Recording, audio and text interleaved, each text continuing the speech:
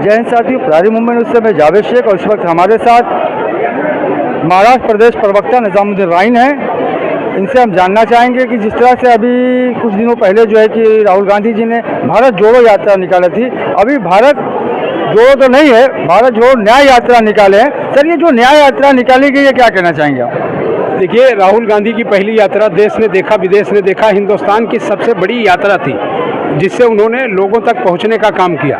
ये दूसरे पार्ट की यात्रा है जिसमें न्याय यात्रा है।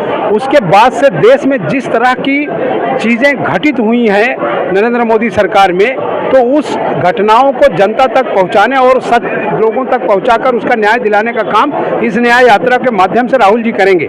आज न्याय यात्रा की शुरुआत मणिपुर से हो गई। पूरा हिंदुस्तान जानता है कि मणिपुर में जिस तरह की घटनाएं हुई और भारत के प्रधानमंत्री ने अपनी जुबान बंद रखी, इससे ये साबित हो गया कि ना तो वो देश के साथ है ना देश के बेटियों के साथ है, बल्कि वो हमेशा उन लोगों के साथ हैं जो इस देश को तबाह बर्बाद कर रहे हैं, चाहे वो बिजनेस के माध्यम से, महंगाई के माध्यम से, दूसरे माध्यमों से। इसलिए ये न्याय यात्रा राहुल गांधी के लिए मील का पत्थर साबित होगी और 2024 का जो भविष्य है इस देश का, वो बदलने का काम यही यात्रा करेगी जिस यात्रा की अगुवाई राहुल गांधी कर रहे हैं। जिस तरह से भारत जोड़ो यात्रा निकाले, आपका 3 स्टेट आपके हाथ से चला गया और लोगों का कहना ये है कि न्याय यात्रा जो निकल रही है, ये प्रियंका गांधी का उसे जो ईडी में नाम आया इनका चार्जशीट में, उसमें निकालने के लिए, या जो ईडी आती है, सीबीआई आती है, इसके लिए न्याय यात्रा हो रही है कि ना कि लोगों के लिए? देखिए, राहुल गांधी ने, उनके परिवार ने कभी ना ईडी से ना सीबीआई से ना डरे। 50 घंटे तक लगातार राहुल गांधी को उन्होंने बुला के इंट्रोगेट किया। राहुल गांधी के चेहरे पर कोई जर्ब नहीं आया। वो जिस तरह की बातें करना चाहें या जिस तरह की चर्चा करना चाहें वो करें। नेहरू गांधी परिवार, राहुल गांधी का परिवार पूरी ताकत के साथ भारत के लिए खड़ा है, खड़ा रहा है और खड़ा रहेगा।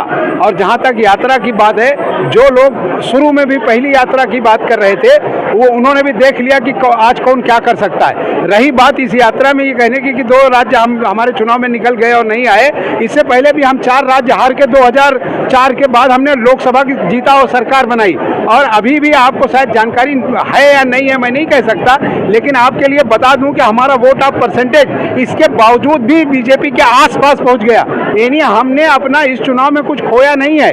और आज भी पूरा देश इस बात की ओर देख रहा है कि कहीं ना कहीं मोदी सरकार और उनकी गोदी मीडिया बड़े पैमाने पे बेईमानी कर रही है, ईवीएम के माध्यम से कर रही है। आज ईवीएम को लेकर सुप्रीम कोर्ट के कई वकील जो है सुप्रीम कोर्ट में पिटीशन दायर कर रहे हैं। इलेक्शन कमीशन के खिलाफ पूरे देश में एक माहौल है। तो ये तो एक तरह का ड्रामा है उनका, और कांग्रेस कभी सत्ता के लिए नहीं लड़ती।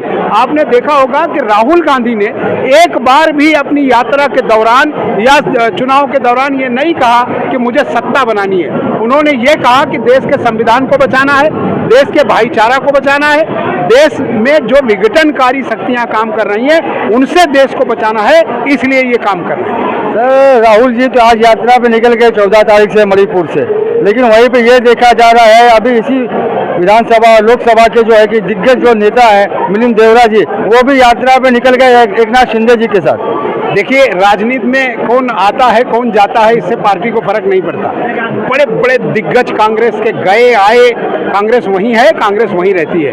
हर आदमी अपनी सुविधा को लेकर राजनीति कर रहा है, इसलिए किसी को कौन जाएगा कौन आएगा ये।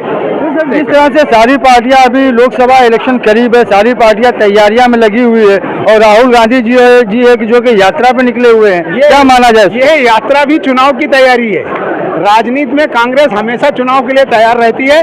आज भी पूरी ताकत के साथ लोकसभा के लिए हमारी तैयारी है। किसी भी क्षण हम लोकसभा अगर आज डिक्लेयर हो जाए कि चुनाव है तो हम जाने को तैयार हैं। धन्यवाद आपका। तभी आपने देखा कि हमारे साथ महाराष्ट्र प्रदेश प्रवक्ता निजामुद्दीन राइन थे। उन्होंने कहा कि यात्रा भी जो है चुनाव की तैयारी है। कैमरामैन ओवैस साबले के साथ मैं जावेद शेख, प्रहरी मुंबई से।